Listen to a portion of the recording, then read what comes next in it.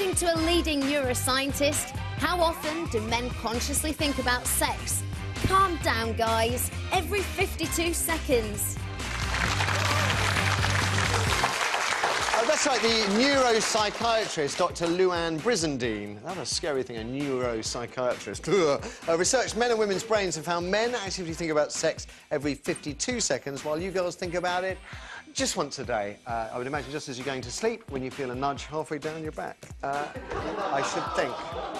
You're watching The Right Stuff with Kay Adams, Terry Christian and Ewan Thomas. Catch him in the three-part MasterChef final. It's on Wednesday, Thursday and Friday evenings this week. So to come on this show, should you always back your partner in public? What if you disagree with something they've said or done? Should you keep stum till you get home, or would you point out their error in front of other people? Are you out of order if you do? 0207 173 5555, that's the number. First, though, do men only live to get girls, or does that oversimplify the humble male? Well, a number of eminent scientists are to debate just this later in the year. The proposition: everything a man does, he does to get laid. Your average evolutionary psychologist would argue that men have to work harder than girls to have sex, because you girls are the ones who have the power to allow or deny sausage hiding to take place. In order to persuade you girls to say yes, men must prove themselves at being good at something that will catch your eye. That's why men are competitive. That's why men have run the world, waged war, invented and discovered stuff, painted great pictures and so on. We didn't want to. We had to get our ends away, to pass on our genes, to guarantee that we would live on. Is that it, then? Well, I have a horrible feeling it is. Did Ewan run to get girls? Did Terry do the word to get girls? Do I go fishing to pull birds? Does the urge to reproduce inform everything we blokes do, Ewan? I didn't run to get girls. Of course you did. No, honestly, I'm sure I did. When you found that you were coming first all the time, that must have... hang on. Steady on. Steady.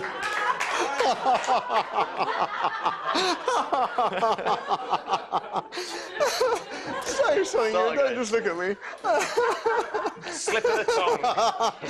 So, winning. Winning. When you were winning, you must have found that people like winners, don't they? Yeah, I think so, but I didn't set out to become a winner to get girls. I truly wanted to be the best that I could be at athletics. Why? Whether a byproduct... Why did you want to be the best? I love pushing myself. Whatever I do, I want to try. But what do you get out of it?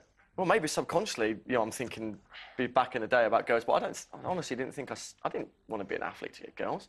Maybe, you know, you want to be popular at school, so, you know, you'd show off and you'd win sports day and stuff, but that wasn't just to get the girls, that was to show my mates I was better than them as well. Yeah, so you push your rivals, your sexual rivals. Oh, never thought about it like that. It's scary, Terry. And attain high value.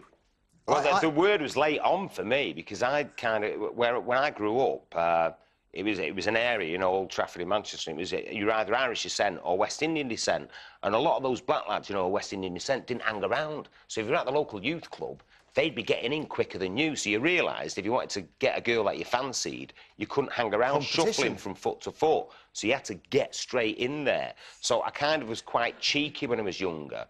Try doing... I mean, I've spent most of this morning trying to do the flip side of this and think of examples of what would happen if men weren't doing everything, if getting girls wasn't at the root of everything. And all I could think about is we would just be standing in pubs drinking.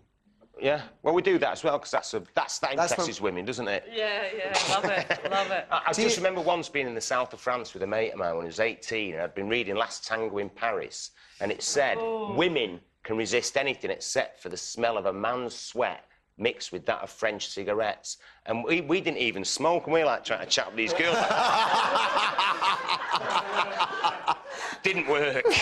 Kay, as a woman, are you aware of the entire raison d'etre of man being to impress you? Well, hardly me, but no, this is an education for me completely. I mean, I thought, yeah, OK, there must be some kind of primeval drive there, but, you know, evolution, one would have thought, had kind of leavened that out. And so Ewan saying that, you know, his desire to be an Olympic athlete was kind of pure, that makes sense to me. Having said that, in the break, Teddy's told me a few stories. Oh, aye. What an operator this guy is. From when I was younger, but the thing is, I never had that high value, you see. That, I mean, it's like, because it's women's fault, isn't it? Yes, because they hold the key to what we want. I mean, I bet your husband's not a dustbin man, is he? No. Well, there you go. Oh, what does that... What does that So mean? he's had to attain a high value in order to pull you. Okay, No. yeah, okay. See? Now, They're we the have, ones men who wag and the we have finger. men and women in our audience. Let's see if we can get some kind of accord here. What do we Do think? indeed. So first of all, Danielle, what do you think? I think we probably need to give men a little bit more credit. I think there's probably a lot more that motivates them. Well, I'd like to think that too, but I can't think of Yeah. any examples. Impressing other men, maybe? Well, you see, I did wonder about gay men, because gay men achieve a lot, particularly now in a society where they're not victimised so much, and they achieve a lot. How does that work out? Is there still... I mean, there is sexual competition within the gay world. Yeah, I don't know. I think that there's probably a lot more to it than, I don't want to say it, getting your own way. It sounds terrible. But you know what's frightening to me? Like, I'm really well read. But one of the reasons why I read it, because I did sciences and everything at A-level and everything. All the girls I fancied did humanities. So if you could talk a bit about Camus and a bit about that, while you were trying to stick your tongue in the rear. No, it worked a treat. All right, and Eric, the man next to you? OK, Darren, what do you think about this? Yeah, I think it goes back to when we were cavemen in procreation. You don't think we've moved No, on? I think it's embedded in us. It's in our genes. It's been going on for thousands of years, and that has to stay in you at some Do you point. find that slightly depressing, that's as far as we've got, that we haven't actually got anywhere at all? No, not really. And we'll have a quick call as well, please, Kirsty. We have Paul on line 1. Paul, good morning. Hello? Hello, Mr. Hello, Roy. hello. Right, good. Excellent, we can hear you. So, does everything you do, is it to get girls? No, not at all. Which part of the instruction, turn your TV off, didn't you understand, Paul?